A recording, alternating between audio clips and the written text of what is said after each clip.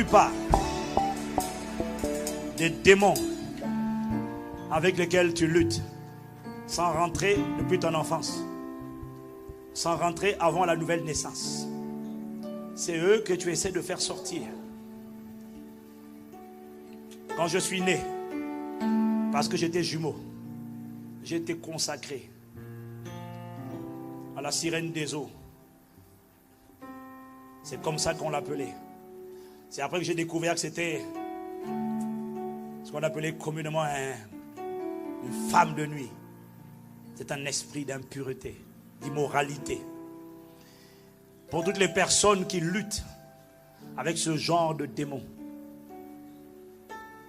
il est rentré bien avant. Il est rentré depuis l'enfance. À travers les consécrations, à travers les films pornographiques, à travers les relations sexuelles illégales hors mariage, il y a plusieurs portes d'entrée par lesquelles ces esprits entrent. Et au début de ma conversion, lorsque j'ai compris que c'était des esprits impurs, tous ces rêves que je faisais la nuit, j'ai commencé à les rejeter. Et c'est lorsque j'ai commencé à combattre et à rejeter. Avant ma conversion, c'était juste de temps en temps. Avant 1995. Mais lorsque je me suis converti et que j'ai été instruit sur la réalité de la guerre spirituelle, j'ai compris que c'était des démons qui souillaient le temple du Saint-Esprit. J'ai décidé de mener la guerre. Et lorsque j'ai décidé de mener la guerre, soudainement, les rêves qui à l'époque étaient occasionnels devenaient plus réguliers. Je t'ai dit, lorsque tu pointes un démon du doigt, tu auras l'impression qu'il a décidé de se lever pour te faire la guerre. Et désormais, tous les soirs, j'étais visité dans mon lit. Et tous les soirs, je me réveillais. Je disais au nom de Jésus, tu perds ton temps. Je suis le temple du Saint-Esprit. Tu n'as pas bien compris. Je te détruis, esprit d'impudicité, femme de nuit. Je te taille en pièces. Je te rejette. Et quand je me rendormais, j'étais encore mouillé dans le lit. Alors je demandais au Seigneur, mais quelle prière ai-je oublié de faire? J'ai réprimé l'esprit.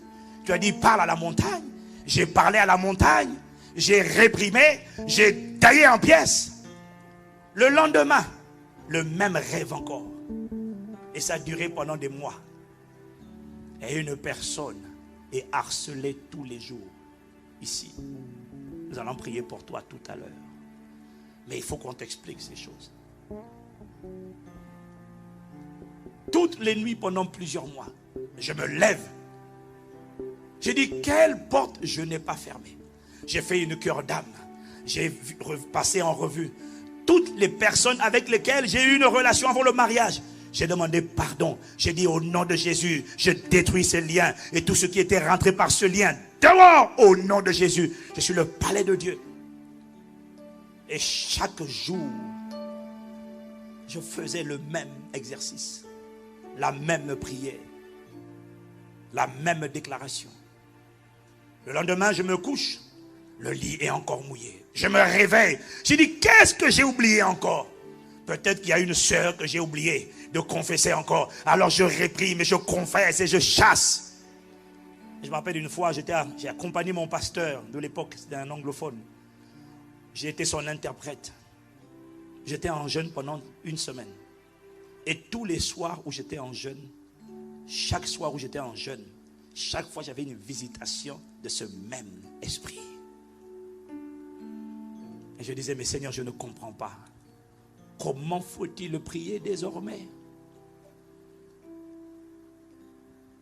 N'ayant pas plus de réponses, j'ai fait ce que la Bible dit, résister. Je me réveillais au plein milieu de la nuit pour dire, tu perds ton temps. Je te taille en pièces. Je t'écrase la tête. Je suis le temple du Saint-Esprit. Je suis pur. Jusqu'au jour Mais parallèlement, je passais mon temps à chercher la plénitude, à demander qu'il remplisse plus.